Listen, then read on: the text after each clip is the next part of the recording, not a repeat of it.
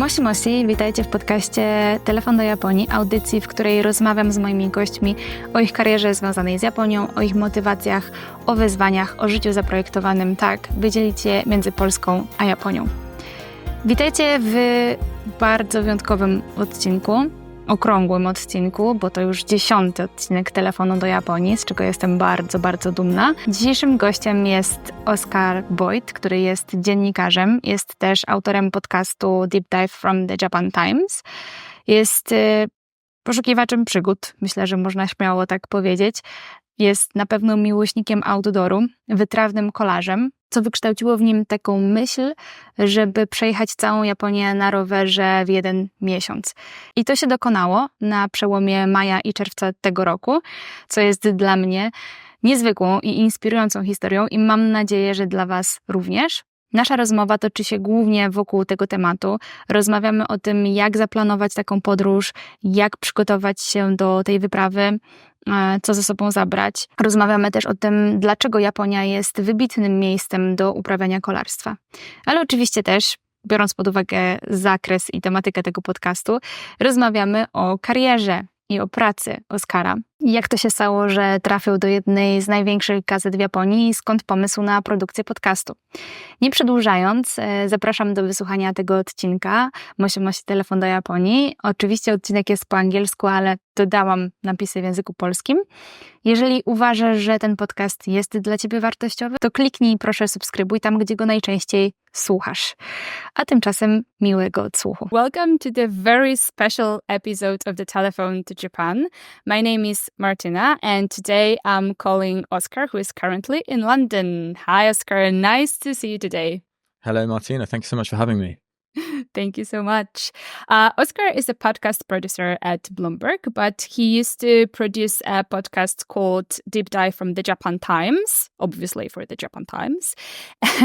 And recently he completed an incredible journey, cycling 2,700 kilometers across Japan alongside a friend. Let's dive into this amazing adventure and hear all about your Japan life and career experiences. But first, let's start from your recent cycling challenge before we deep dive into your career and Japan career stories. First question, what inspired you to cycle across Japan? I'm really curious, why did you do it to yourselves? Yeah, I mean, depending on whether you like cycling or not, you might view cycling the length of Japan as either a good thing or a bad thing. Personally, I think it's really fun. A lot of people would see it as a bit of a punishment. Yeah, I mean, I like cycling. I'm cycling too, but definitely it sounds like those uphills. It sounds like a hell to me. Yeah, and there definitely were a lot of uphills. I mean, so I lived in Japan for roughly 6 years, a little bit longer than that. And for most of that time, I was in Tokyo.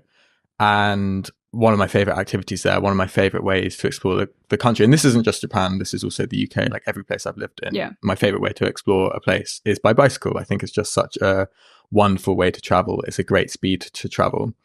And so while I was in Tokyo living there, often at the weekends, me and a bunch of friends would go for long cycle rides. And, sometimes it would just be a weekend trip. Sometimes it would be a day trip. But then we started doing longer, like 4-day, 5-day type trips. And probably your listeners would have heard of this. It's a very famous cycle route in Japan called the Shimanami Kaido. Yeah. And that links Honshu, which is Japan's main island, from the town of Onomichi, and it goes across all these islands and connects to Shikoku, to a town called Imabari. So I'd done that once before, and I realized, why stop at Imabari? Like, you could actually link that trip from Honshu through Shikoku and then take a ferry across to get to Kyushu. And so that was the first big trip I did in Japan, big cycle trip I did in Japan. How many kilometers were that? So that was about, I want to say 400 kilometers over 5 days. So yeah, still impressive. yeah, not short, but like broken down into nice small chunks, and it was beautiful cycling. And with that, we cycled from Honshu all the way down to the bottom of Kyushu. And once I'd done that trip, I thought, oh, this is really good. I really enjoyed that. what would be longer than that? Maybe I'll do a trip around Hokkaido. Maybe I'll do a trip around northern Honshu. Maybe I'll do a trip around just Kyushu. And so I was researching all these different routes, thinking what could be fun. And eventually I kind of started stringing them all together and went, this bit of Kyushu looks great. This bit of Shikoku looks great. This bit of Honshu looks great. I'd love to get to the top of Hokkaido. And kind of in, I would say, the winter of 2022, I started coming up with this route to go the full length of Japan. And I didn't really look at anyone else's routes. I just thought, oh, it'd be cool to do it in a month. It seems like the right kind of time to do it. Like a month is a good time. It's normally like, people, I don't think they are doing this in just 1 month. Yeah. But it seemed, I don't know, something about it just being a month. I was like, that seems like the right amount of time. And I was initially planning to do it in May of 2022. But then I got a job working for Bloomberg as a producer for their Zero podcast. And just a little correction. So now I'm a freelance podcast producer, so I'm not working at Bloomberg anymore. But okay. I got this job at Bloomberg, and it just meant I didn't have time to do the cycle that year. And so I worked for about 1.5 years at Bloomberg, and that gig came to an end. And I had a little bit of time off work, and always in the back of my mind, I thought, God, it would be good to do that Japan cycle ride. But I need a month. I need a clear month. I need a clear month of work. Yeah, exactly. That's what I wanted to say, that non-job would, I mean, maybe some jobs will let you take like 1 month vacation, but being a freelancer really helps you to do that, right? Absolutely. So yeah, being in this freelance zone, I just thought, put everything aside for 1 month.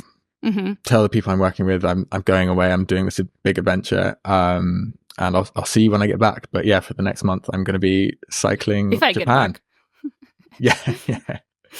And that was the big question, whether they're all going, do you think you are going to come back at the end? Maybe, what if you like cycling too much and just keep going and going and going? Yeah. And it was when I did get to the northernmost point of Japan. So off the top of Wakkanai, you can actually see across to an island called Sakhalin, which is part of Russia now.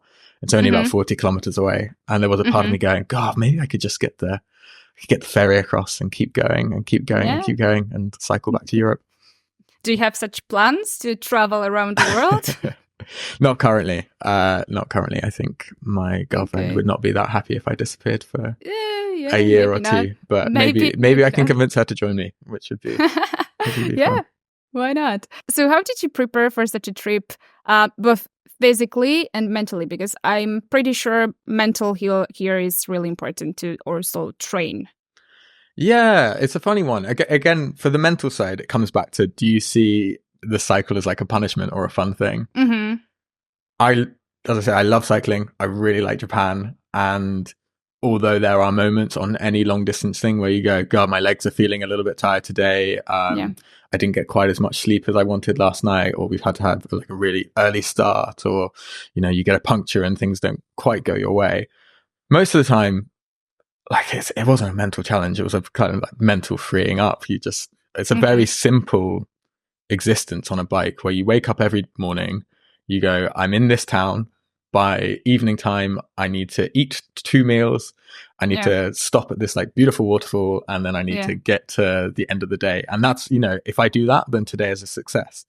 That's very freeing feeling, actually, that you really sense of freedom, that you just need to do 3 tasks, go to another place, sleep, eat, and that's thing very freeing. Recover and make sure you get in the onsen and, do your stretches. So it's like life becomes very simple in a way. And if you are kind of like happy to exist in that reality, then it's a great thing to do.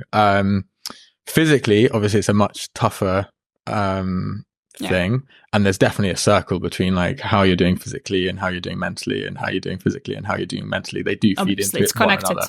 Yeah. So for me, like I'd done plenty of cycles in the past.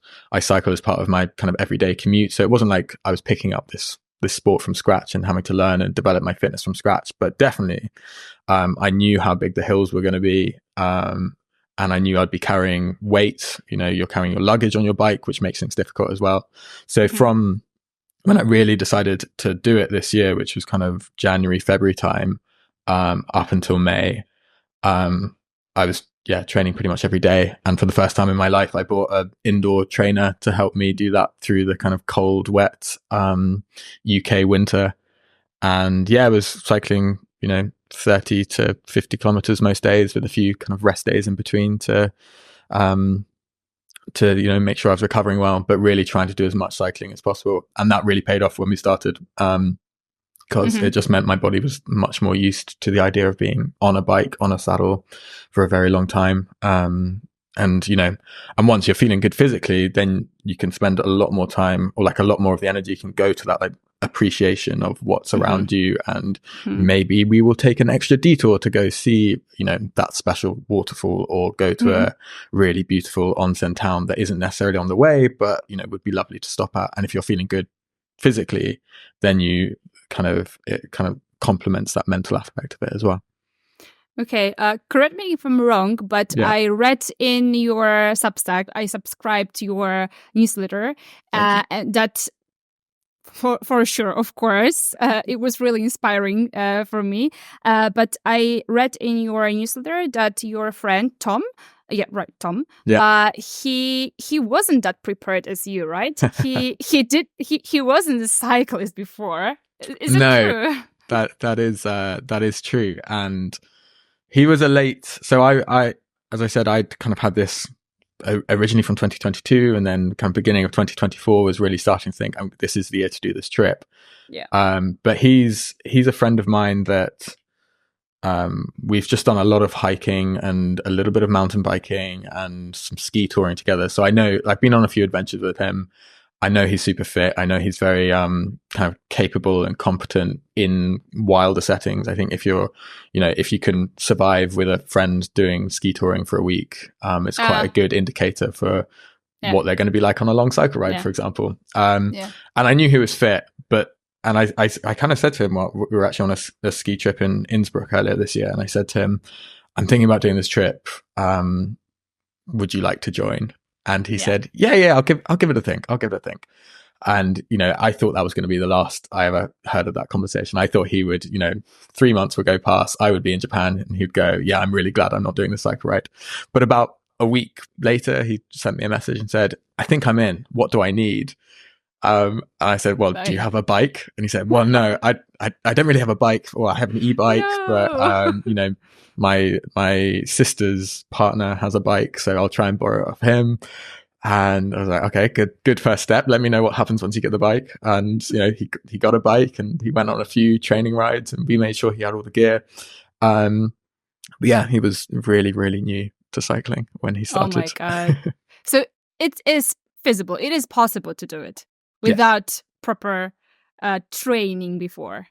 I mean, it's not really easy, I guess, and you need to be very fit and, as you said, capable of doing sport and all of that stuff, but still, it's possible.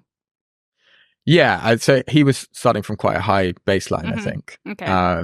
But yeah, assuming you are reasonably fit and capable and enjoy the idea of being on a bike for long days at a time, then if you devote your mind to it, and ideally do a little bit more training than Tom, but I mean, another big part of it, because I knew it's sensible from my own perspective, but also because he hadn't done that much riding before, was we quite carefully planned the first week of the route, so we weren't doing crazy distances right at the beginning. Okay. So day one was only 60 kilometers, only, depending on who you ask, but a relatively short day. Day 2, 70 kilometers. Day 3 was our first 100-kilometer day, and then day 4 we went back down to kind of 80 kilometers. And by the end of the trip, we were doing much longer days. So I think our longest day towards the end was about 150 kilometers. But because we kind of slowly built into it, it meant that by the time we were getting to week 2 and week 3 and week 4, our legs were used to doing those kinds of distances. Our bums were reasonably used to sitting on a saddle for that length of time. And it just allowed the body time to adjust and actually, get used to that change. Before planning the route, I have just one more question. If you didn't agree to do it, would you do it alone?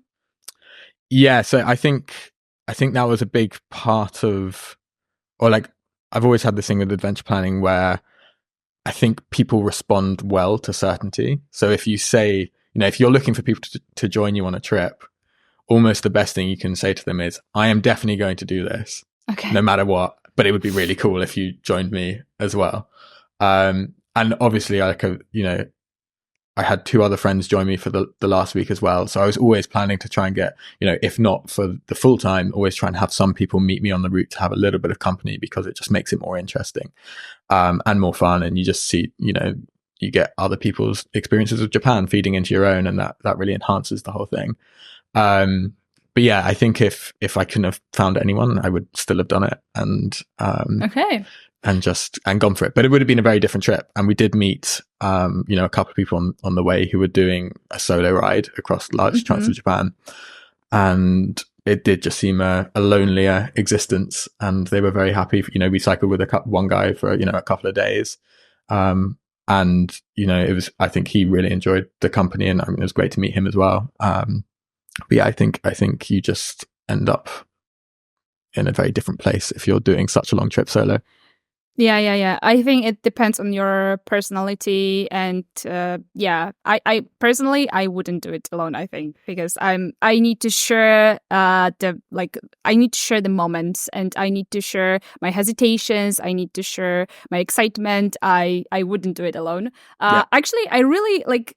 When I was reading your newsletter, I was like, oh my God, I really want to do it. But yeah, definitely I need to train before, build my muscle up and everything. So yeah, maybe in the future, why not? I mean, go for it. And, if you want any advice on like the route, or, if anyone listening wants any advice on the route, like please get in touch. Like I'm very happy to share the experience. And will do, definitely. So, how did you plan your trip? Why did you choose to start from Kyushu, not from Hokkaido, other way around? And why did you choose, it was May, right? So humidity also started, the weather was getting hot. Why such a time?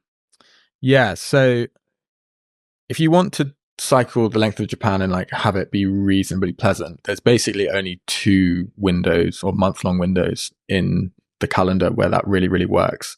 So one of them is May, and then one of them is kind of like October, November time. And that is for various reasons. So, and to answer the question of like, why did we start in Kyushu and not Hokkaido? I think in basically you're following the seasons. So in May, when we were doing it, Hokkaido is a lot colder than Kyushu, and Kyushu is a lot warmer than Hokkaido. So if you start up in Hokkaido, then it's going to be really cold when you start. And then by the time you get down to Kyushu, it's going to be really, really warm because there is such a latitude difference and such a temperature difference between those 2 places. So so to kind of answer why May, if we'd gone a month earlier, Hokkaido would still have been under snow for a lot of it, especially like the higher places you go through. And, even when we got there, it was only 7 degrees centigrade at the very top, like when we were starting in the mornings at the top of Hokkaido. And, a month earlier, that probably would have been closer to 0, if not negative temperatures. Why not a month later? Why not start in June? That's when kind of rainy season starts hitting Kyushu, and the humidity really, really goes up. So when we started at the beginning of May in Kyushu, it was maybe kind of high 20s, 28 to 30 degrees, really comfortable, really pleasant temperature to cycle in. But if we'd gone a month later, it might have been, 33, 35. I think even now, like while we're recording this, a lot of Japan is like 40 degrees and it's only a month after we finished. So it's quite a narrow window. And so we started in the south at the beginning of May when it was the coolest in the south, and then by the time we got to the top, it was theoretically as warm as it was going to be at the very north. And then so if you did it in October, you'd probably do it the other way around, because if you started too late up north or arrived too late up north, it would be still snowy, or it'd start snowing again rather. And if you started in the south, it would still be very, very warm. Okay. What was the lowest temperature you encountered? Like it was... So Hokkaido was like those 5-6 days cycling through that, basically it just got colder and colder every day. So yes, it was about 7 degrees. I think that was the lowest, which is that's fine. Like once you have a pair of leggings on and you have a kind of waterproof top on top, like you can dress for that very, very well. Yeah. And this leads to my other question, which was really interesting to me, maybe because I am a woman, but how can you pack for a month in just a few backpacking bags for such a different temperatures, for like different weather, and for 1 month? It seems impossible to me. Yeah. Well, so just to explain the bike setup, so it was very, very minimal. Because we were only doing it a month, we wanted to do it as quickly as possible. So we each of us had one saddle bag, which are about 17 liters, I want to say, each 15 to 17 liters. And so those hang from underneath your saddle and go directly behind you. And then we had one handlebar bag each. So that was about 10 liters. So between them, it's about the size of like a regular day hiking backpack.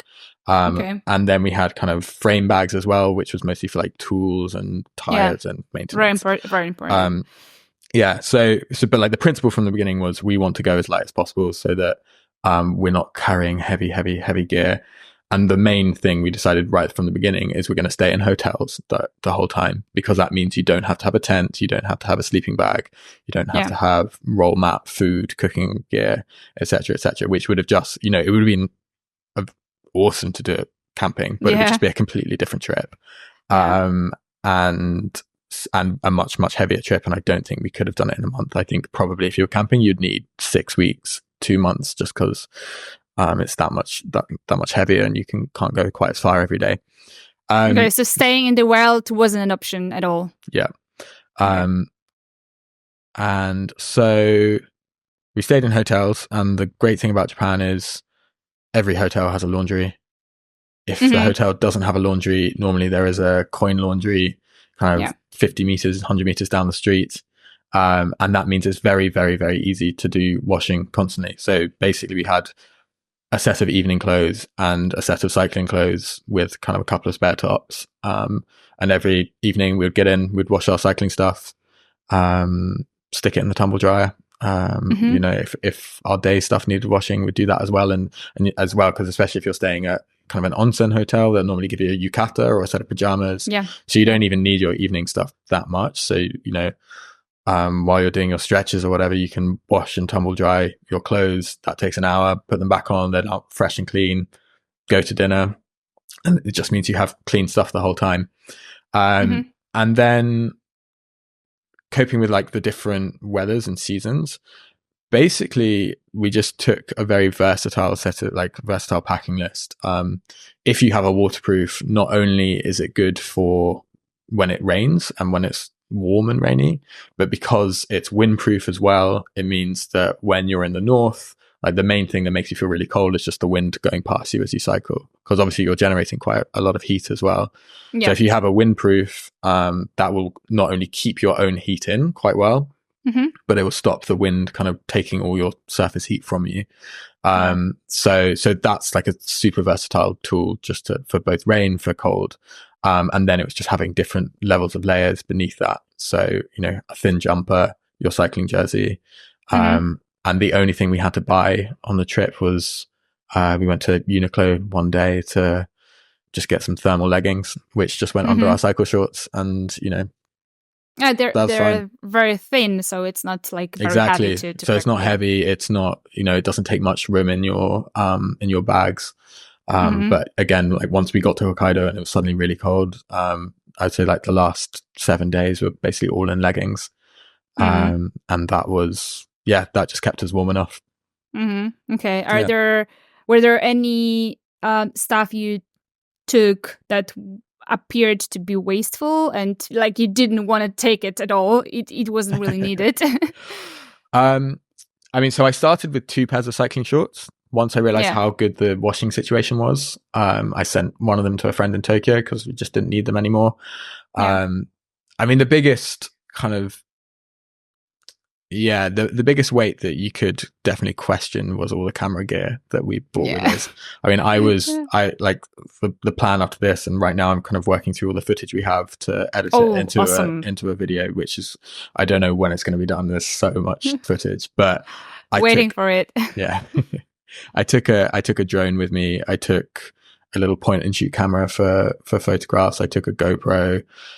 I had my iPhone, so I had essentially 4 different cameras that was filming and taking photos along the entire route. And if you were being really, really weight sensitive, that could have just been my iPhone. I mean, the footage wouldn't be as good. The photos wouldn't be as good, but you could still get all the photos you wanted with an iPhone. But on the other hand, it's really great and nice to pack your camera gear to record it properly and in a good quality, because it's such a trip that we really want to record and public somewhere. I think so. Yeah, absolutely. I would do it as well. But what I haven't mentioned is so Tom, who I was cycling with, his most extravagant piece of weight he was carrying. Well, he started off with he was like, I want good coffee every morning. So he bought like a full coffee grinder, like beautiful metallic coffee grinder, and was buying beans in like every third city, and you would make amazing coffee every morning, which is a real nice touch. But again, you could have left that behind and just gone to 7-Eleven every morning and got a coffee from there. So that was definitely arguably extravagant. But then about a weekend, we stopped at this little restaurant shop, and they were selling all these like handmade frying pans. And he bought one of the, heavy cast iron frying pan that was probably like 3 How kilos. many kilograms? I think about 3, which which doesn't sound crazy, but like in the context of like, we only had 10 kilos of weight total in our packing. So basically like added a third of his weight again. So he bought Where did he pack it? Like, I can't imagine putting it inside the bag. The saddlebag. The saddlebags stretch out quite a lot. And it was only it's a frying pan about this big. Okay. So not a big one. Not huge, but like really dense and heavy. Anyway, so obviously the people who sold it to him were like, are you going to take this? Do you want us to post it? And he said, no, I'll take it. And I think at first he was just thinking he'd carry it for a couple of days and just for the kind of fun of it and for the story. But then eventually he got it in his head that he basically wanted to have this as like a souvenir from the trip, so that every time he cooks a fried egg at home, he can say, this is the pan I carried from kind of, where was it, Wakayama all the way up to Wakanai. So he carried it the entire way, and it's ridiculous. Yeah, I think it's a good sense of appreciation, your everyday breakfast. It reminds me kind of like when you go to a pilgrimage and you take a rock, like really rocks, like there is this famous Santiago de Compostela, I think, route. When you take the rock, the biggest is your sins. So it kind of same thing here. Take your cross, take this pan with me, and cycle across Japan up to Hokkaido. Funny, so much. Okay, so in a month, like cycling 100 kilometers a day, because that was your plan, I assume that there were some unexpected situations, I don't know, mistakes, or simply moments of hesitations. How did you handle them? Given that the plan was really strict, just 1 month, 100 kilometers a day. Yeah, it's a funny one because on one level, like nothing really went that wrong. Like there were no major catastrophes, and I think that's partly because we did really look at the route in advance and made sure it was a route that made sense. And it's partly because Japan is a very, like, I would say accidentally, a very, very good place to cycle. True. The infrastructure is amazing. The roads are amazing. Like, if there's roadworks, you'll have people guiding you around it, so it all feels quite safe. There's like good traffic management. So like big level catastrophes, there really wasn't any. I think the only like real route planning error we made was when we got to Sapporo. So this is up at the bigger city on Hokkaido. I plotted the route to go next to a city called Mashike. And when I plotted the route originally, I saw there was like a long coastal path going from Sapporo all the way to Mashike. And I went, wow, that's going to be amazing. We're just going to cycle along the west coast of Hokkaido. You know, we'll probably get a fantastic sunset. And so that coastal path, that was about 110 kilometers, I want to say. And there was another route that you could do, the inland route, but that was 150 kilometers. And we got to Sapporo, and in Sapporo, I met an old friend of mine, and she said, oh, you know, that route has a lot of tunnels. And I thought she was just being kind of cautious and saying, you know, on a bike, you don't want to do any tunnels at all. But I thought, okay, you know, she's local. I'll check out the route. And I looked at the route and realized that section had about 30 kilometers of tunnels. And the longest of those tunnels maybe 8 to 10 kilometers, just like in the middle of the mountain, which is something you don't really want to do on a bike. Why don't you want to do it? It's like it's dangerous, or I guess you had proper light, or so we had lights obviously, and but it's just a combination of like they're quite dark, they're narrow, especially if you're not on like a main road. You know, if you're on a proper road, often they'll have like quite a big sidewalk or pavement that you can cycle along, so you don't have to be on the actual tunnel. But when you get more rural, often they're just like only the width of the cars, and then the air is just like sat around in there for a while. Okay. So obviously you have all the cars driving through them. They have exhaust pipes. So if you have an 8-kilometer tunnel with not much wind going through it, then the air feels quite polluted and like not the nicest to breathe. So there's a few reasons why it's not that nice. But yeah, we realized we didn't have a choice because we didn't want to take the 150-kilometer inland route. And we really needed to get to that town, and we'd booked our accommodation. So we just decided to go for it. And it turned out to be one of our best days. Seriously? Just because like the bits that were along the coast were stunning, and we had amazing weather for it. And it was just absolutely beautiful, like along this like long series of really steep cliffs. And then we got to the tunnel section, and that road, I guess because it's known for having the tunnels, or like they've built a newer road, that road is almost completely deserted. So we'd be in these tunnels for 8 kilometers, which takes, you know, like 20 minutes of cycling, and you'd have one car pass you the entire time. Okay, so not bad. Yeah, so not bad at all. And actually, because you know it was sheltered, like we didn't have the headwind that we were getting when we were over like in the exposed coast or exposed part of the coast. Yeah, it's awesome, and like really kind of like weird and different and trippy. And you were just in the middle of these mountains for so long, like you kind of lose sense of time and space and where you are, and then eventually you kind of really trippy. Yeah, and like you know.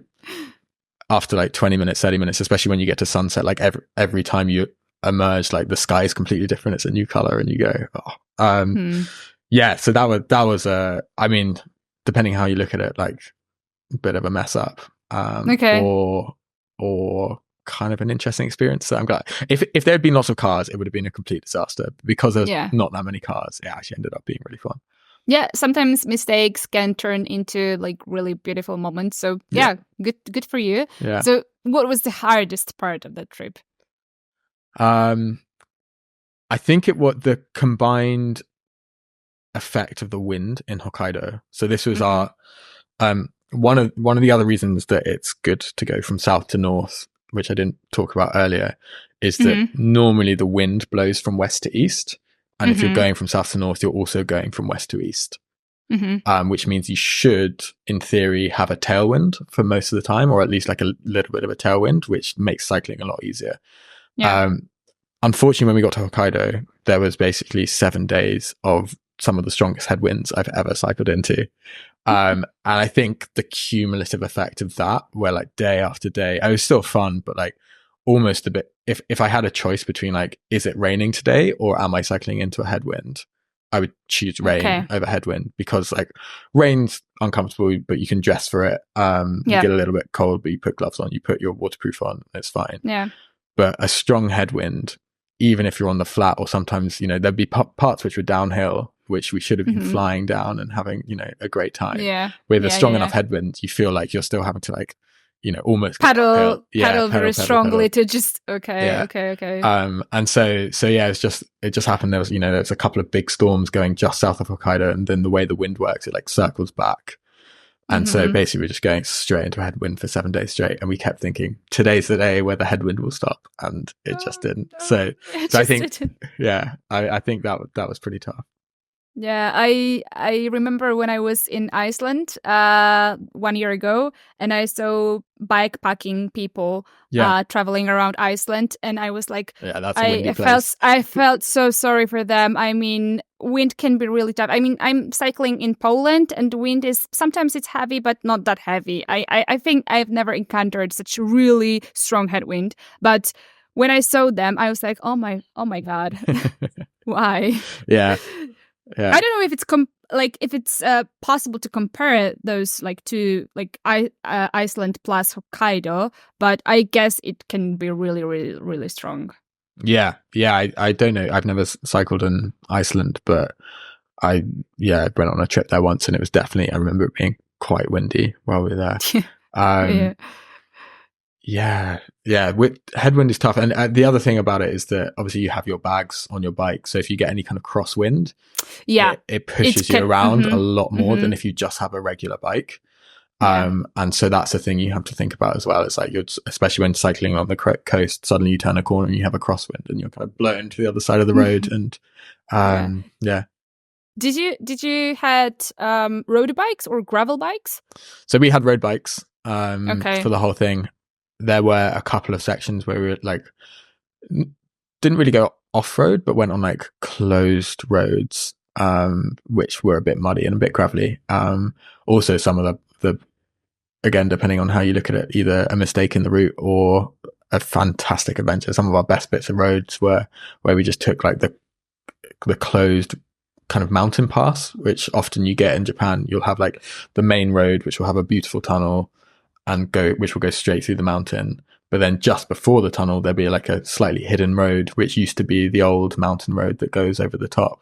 And a lot of them are still passable and are amazing bits of cycling because there's no cars on them, because all the cars go through the tunnels. And they take you to these really remote old villages, or sometimes they're completely closed. One of them we got to, there was this huge landslide. But yeah, most of the time we were on road, so we took some slightly thicker 4-season tires, which meant we didn't really get many punctures between us. But it was totally fine on a road bike. Nice. How about cars in Japan? Were the drivers nice to you? Because the driving community in Poland, for example, they hate cyclists because obviously they are. When I'm cycling with my, boyfriend or my friends, we're cycling next to each other because it's easier and I don't think it's dangerous. When it's not dangerous, then it's fine. But even though sometimes some of the drivers are honking at you and they're really, really not nice. That's the nicest thing I can say about them. How about I'm pretty sure in Japan they're really nice to you because Japanese people are really nice. So I don't think they are honking and being awful. But how is it? Yeah, I think Japan just doesn't have that much of a cycling culture. Yeah. Especially going for long road bikes and in the middle of the countryside. So I think the first reaction when they see you is just kind of confusion. Yeah. and rather that confusion can go two ways. It can either go into, what's this guy doing on the road? Honk, honk, honk, get out of the way. Yeah. Or it can go into, I really need to not hit this person because they're a vulnerable road user. So by and large, most people on the road would slow down, wait until there was a really, really safe place to overtake us, and then almost go to the other side of the road to avoid us. So most people were totally fine.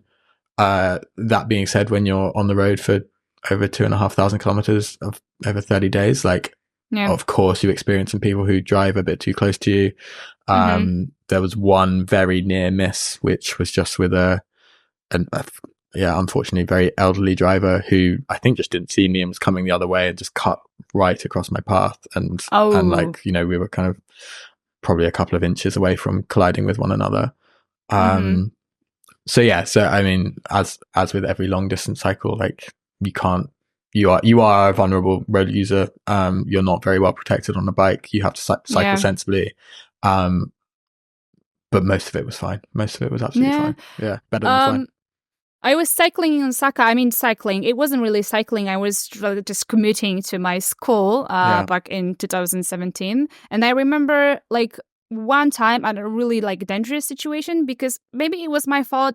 I didn't stop properly, but I almost hit the car. Like the car was driving out of the crossway, and I was like, oh my god, and I really had to push the brakes really hard, and it was really dangerous. But I think cycling across Japan on the rural sides and not really cities, because I think cities are the most dangerous to cycle, to commute, I think, because there are many people, pedestrians, many cars. But outside of the cities, I think it's much better. And just you and the empty road, I think. I imagine it like that.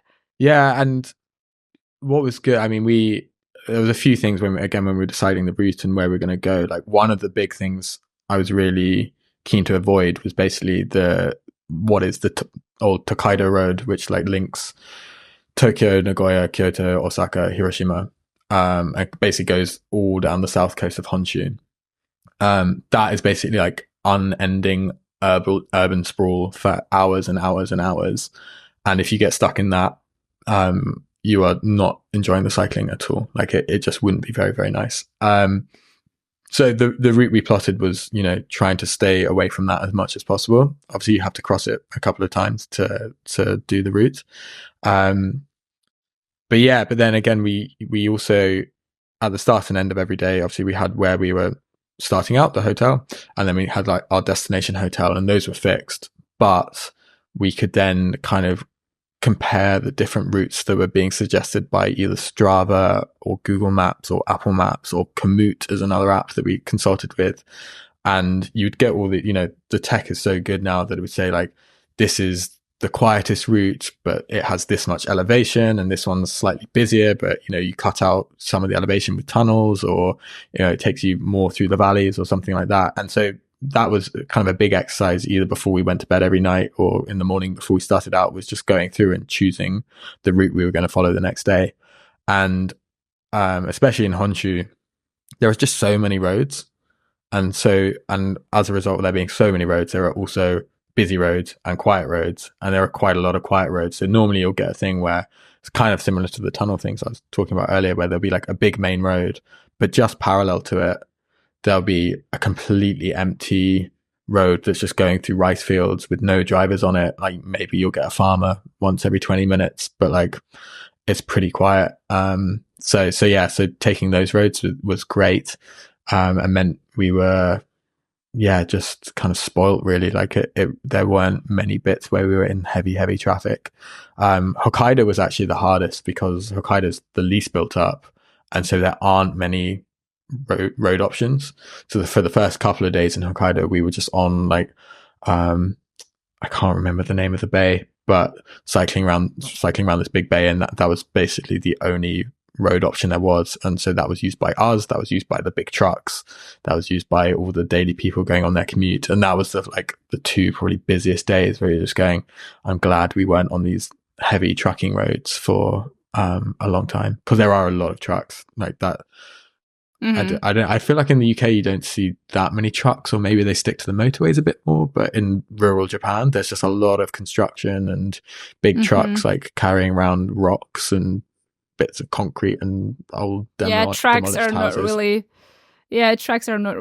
they're not friends to us cyclists. But again, like behaved very well.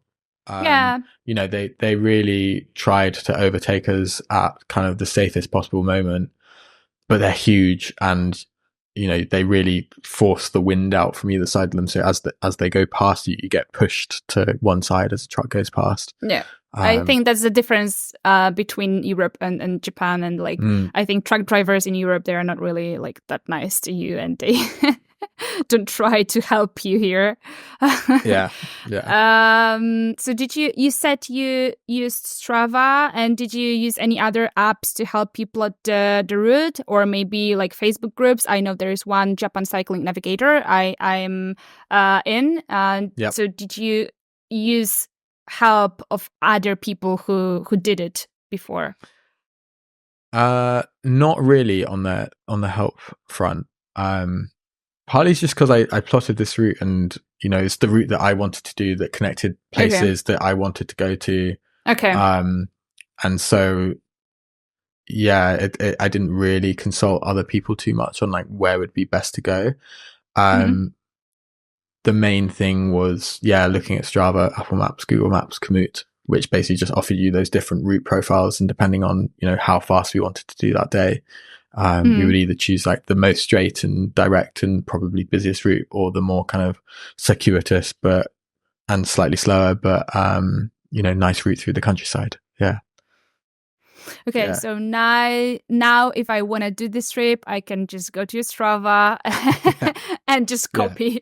Copy it. I mean, if you want, all the job is done.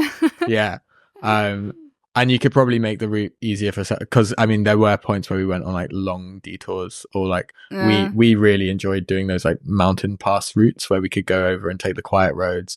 You could definitely do a route which is just like a lot flatter, and you just blast through the tunnels a bit more. The guy I was talking about earlier, who we met, who was doing it solo, he like his whole route selection method was like which way's the flattest, and he would just follow that route, and that was the main way he went. And if that took him kind of off the main, off the kind of direction he wanted to go, but like got him onto flatter stuff, that's what he chose. And that's the thing we haven't really talked about so much, but like Japan is 75% mountains.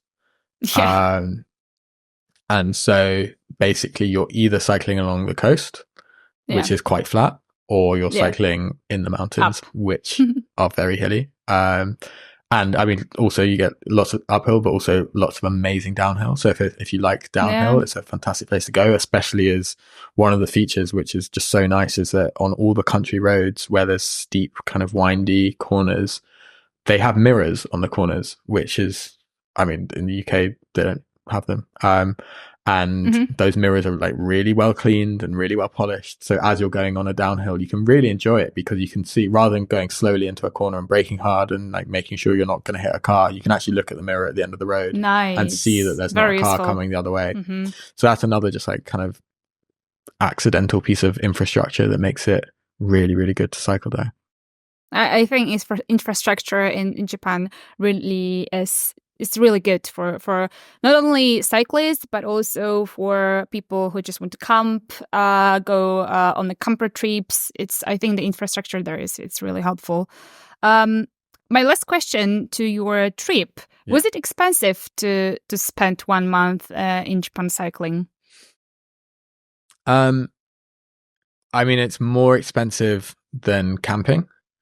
You could spend a lot less if you just took your own tent. Our routes, because it avoided a lot of the cities, we was just staying in like nice small little rural Airbnbs and hotels and little ryokan. So I'd say it's probably like average £30 a night. So which adds up over a month, but probably that meant per person was maybe £1,000 in terms of accommodation to do a whole month, which is not crazy for a month. It's not crazy. No. Like it's definitely it's money, and you have to have that money to be able to do it. But right now as we talk, the yen is really really cheap compared to the pound and the dollar and the euro, and that makes Japan feel a lot cheaper. Food is relatively cheap. I mean, I think it's cheaper in England than England, or in Poland. It's definitely cheaper. Well, I mean that's the like comparator. It's like, I think if I'd spent a month in London, I probably would have spent the same, or maybe even more than a month cycling through Japan, because London is so expensive. So for example, lunch in Japan right now, you can get, we were eating double lunches most days because we were so hungry, and and we just wanted the calories. So we'd often get to a place and be like, have a katsu curry and a ramen, or a katsu curry and something else, and it would come to about 1,500 yen for both, which is about 1,000 is 5, so it's about £8 at the moment. Which, if you go to a pub in London, a single pint of beer is about £7, or like £7.50 at the moment, depending on which pub you go to. And so yeah, so it's, yeah, like I'm not going to pretend that like it's a super cheap and free and easy thing to do. Like we definitely had to spend money to do it and to get there and to fly there and to take internal flights and ferries and stuff like that. But for a month of traveling and a month of traveling in Japan, it really didn't feel crazy expensive. Yeah, it seems like it wasn't that expensive because as you said, yen is really cheap right now, and it makes Japan more approachable to people. That's why there are so many tourists in Japan right now. I mean, the thing I haven't done yet, which I really need to, is just go through and completely sum up how much I spent at convenience stores. Like I really need to, I need to know, because like every day we would, you'd run in, get some, fill up our water bottles, but like probably buy some snacks. Mm-hmm. So I don't know how, like it'd be a quite interesting number to pull out at some point, like go through and work out how much I spent at a convenience store, because that actually might be like the biggest, source of daily expenditure. Stores snacks are really, I think, they're really good. I mean, the quality is obviously worse than the proper restaurant food, but definitely it's much better comparing to Europe one. So Europe one's so nice. Okay, that was your private trip, but a few years back you moved to Japan to study and later started working for the Japan Times. How did you end up there, like in the Japan Times? I guess it's not really easy to do it. I mean, it's one of the biggest newspapers in Japan, so I guess it's not that easy thing to do. So when I first moved to Japan, it was on a university scholarship. So I was studying at the University of Oxford, and my college there had basically a scholarship program with a small university down in Fukuoka, so the biggest city in Kyushu. And that university is called Nihon Keizai Daigaku, or Japanese University of Economics. Thanks. And so went down there for, I think the initial period was 9-10 months. And while I was there, there's a fantastic local tourist magazine called Fukuoka Now. And when I first got to Japan, I really knew nothing about Japan. It just seemed like an amazing opportunity to live abroad for a year. And I was like, I'll figure it out once I get there. But one of the first things I noticed was just how many mountains there were. And I'd come from London and Oxford, which is just very, very flat. And I'd always loved mountain climbing, but, don't have much access to it in the UK. And so I thought, okay, great. My first goal, I don't know anything else, but I know I like mountain climbing. So I'm going to try and climb every single mountain that I can see from my window. And I, looked at the names of them, and I found that this magazine for Fukuoka Now had some hiking guides. So I followed those routes and did those routes, and they were great and useful. And then once I ran out of their hiking guides, I went, well, there's still, 20 more mountains I can see that I haven't climbed. So I will just go and do them. And at the same time, make some notes and take some photos and write them into a guide for whoever else, just be a useful thing for whoever comes next. And so I wrote up some guides, sent them to Fukuoka Now. And after sending them a couple, they said, great, these are fantastic. We'll actually publish them. And by the way, would you like to do some freelance stuff for us? So I ended up freelancing for them for a bit. Then I moved back to the UK, spent a year in the UK in London. And then Fukuoka Now got back in touch and said, hey, our main editor is leaving us. Would you like to come and work for us full time as an editor for the magazine? I said, yeah, that'd be great. Like, live in Japan again. This time I actually get paid to do some stuff rather than just being on a scholarship. Rather than spending, scholarship or spending. And let's go back to Fukuoka and try and exist as like a working adult, as I thought at the time. And so I did that. And while I was working for Fukuoka Now, I started freelancing for the Japan Times, and they're largely based in Tokyo, so didn't really have many people writing about Kyushu, which was where I was still. So I just started pitching them mostly travel and food content about Kyushu and what you could do down in Kyushu. And so wrote a few articles for them. And then the editor who was running the travel and food section, eventually he decided to move on from the Japan Times as well. And he said, why don't you apply for my position when I leave? And so, so I did that, and Japan Times got back to me and said, yes, would you like to kind of move up to Tokyo and take over the food and travel section? So I did that, and that was the beginning of 2018 now at this point. And it was during a phase where the Japan Times were hiring quite a few people. So on the same day as I joined, another guy joined on the news desk. His name was Corey, still a really good friend of mine. And we just got chatting kind of day one of the job, and the New York Times at that point and the Guardian and various other newspapers had just launched their daily podcasts kind of talking about US current affairs and UK current affairs. And we were having a chat, and we were both listening to them and saying, oh, it's weird, there's not a Japan focused one. Why don't we start one? And that's how kind of Japan Deep Dive from the Japan Times was born. Were you the brain of the operation? Were you the guy who were choosing the topics, inviting guests, and producing all of that stuff? Yeah, I mean, we just at that point we just were doing it for fun between us. So we thought, hey, maybe we could, maybe it'll just be us two talking about Japan. And then we realized quite quickly we didn't know very much about Japan, and we should talk to people who knew much more than us about Japan. And so then we started kind of chatting to some guests, and originally it was Corey, both of us would host it, and we would ask the questions to guests. And then we made kind of 5 or 6 pilot ones, which we then were just sending to our bosses at the company and saying, hey, we're making this thing, what do you think? And they were kind of non-committal to start with. And we kept making them, and eventually I think they went, God, these guys are so annoying. Maybe if we just give them the podcast and let them do it, they'll stop bugging us. Nice. That's the way to push something. So we did that and then launched it. So I think, we probably did our first pilot in March of 2018, and I think November 20, I'm trying to go through the dates. Yeah, November 2018, we launched as like we were just doing it every other week. And both of us were hosting it at that point. And then Corey got accepted into a PhD program in the States, so he decided to move back to do that, and I kept the podcast going. And it was just kind of we were doing it every other week to start with, and then when the COVID pandemic hit, and I was still responsible for producing all this travel and food content, all of that disappeared.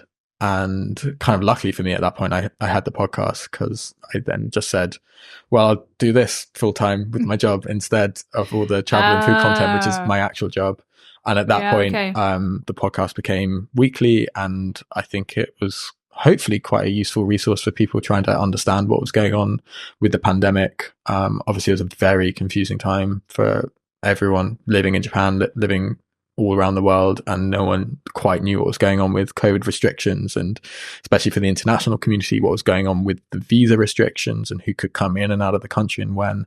We covered that in quite a lot of detail. I think you're talking to my ex-colleague Magda Osumi at some point. She was a fantastic reporter, just like looking at who was allowed into the country and why certain people weren't, and the kind of ins and outs of that. So she came on the podcast a lot to talk about those topics.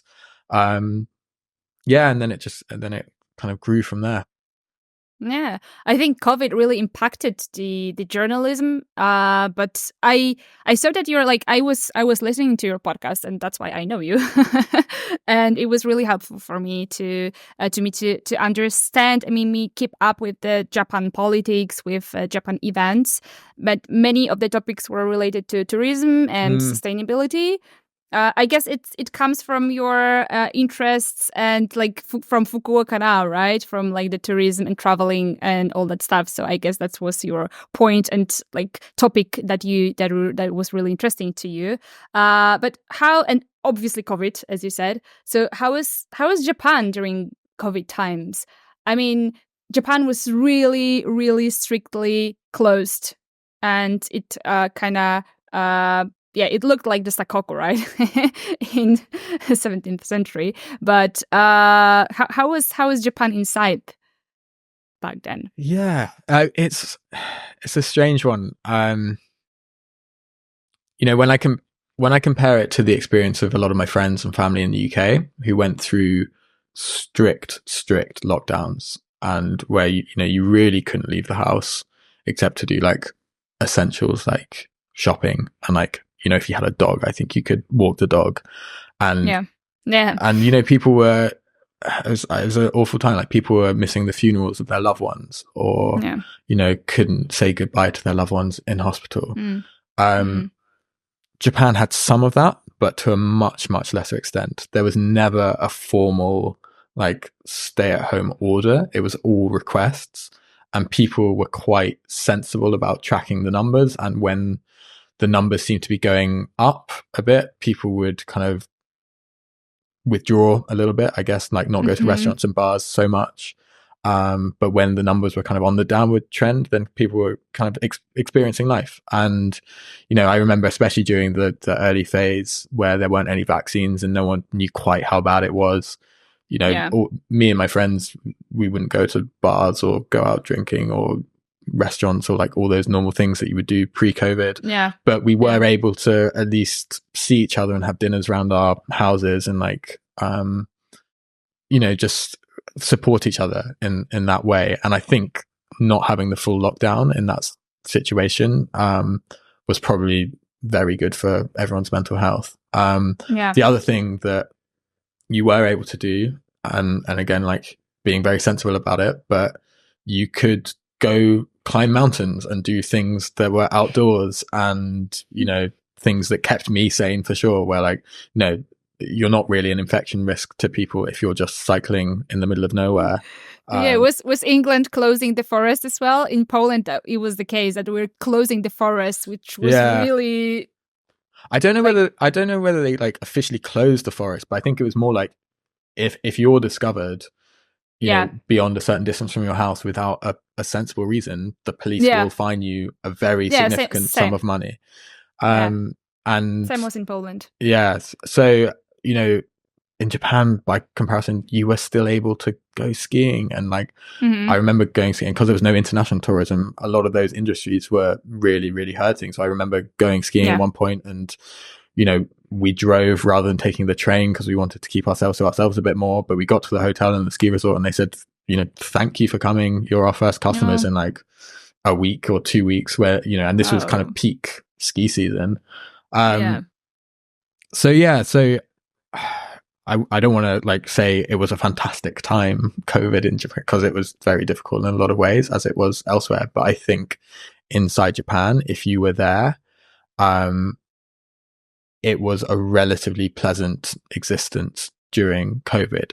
The big exception to that is people who were caught out by the visa situation. And that got really, really tough for a lot of people who basically had to leave the country for various reasons because, you know, a loved one got sick at home, or they were worried about COVID and decided to return to their home country for a bit. And, you know, I had friends who got caught out by the border lockdown and just never returned to Japan afterwards. And, you know, a year later they were going, Oscar, can you like help us pack up our apartment and send it back to Australia? And so that, you know, that happened to a lot of people, and that was very, very unfortunate. And I think, you know, there were worse cases where people got, you know, were still expected to pay all their local ward taxes in Japan and various things, but were, you know, stuck in a country that wasn't paying very highly. And so I think that got very difficult for some people. I think that being separated from your friends and loving ones, I think that was the most difficult. I know some people who were really separated because they couldn't go back, even though they had family in Japan, for example, but they couldn't go back because they were not Japanese, right? Yeah, exactly. And it was quite strange because like Japanese people could always go back, but then, you know, people who didn't have Japanese citizenship but had maybe lived in Japan for 5 years, 10 years, 20 years and had family, you know, they would leave and then be told, yes, we know your home is in Japan and, you know, your entire life and your wife and children and whatever, they're all in Japan, but sorry, right now you don't qualify to come back. But so I think that was very tough for a lot of people. And if you got caught on the wrong side of that, it was a very difficult time.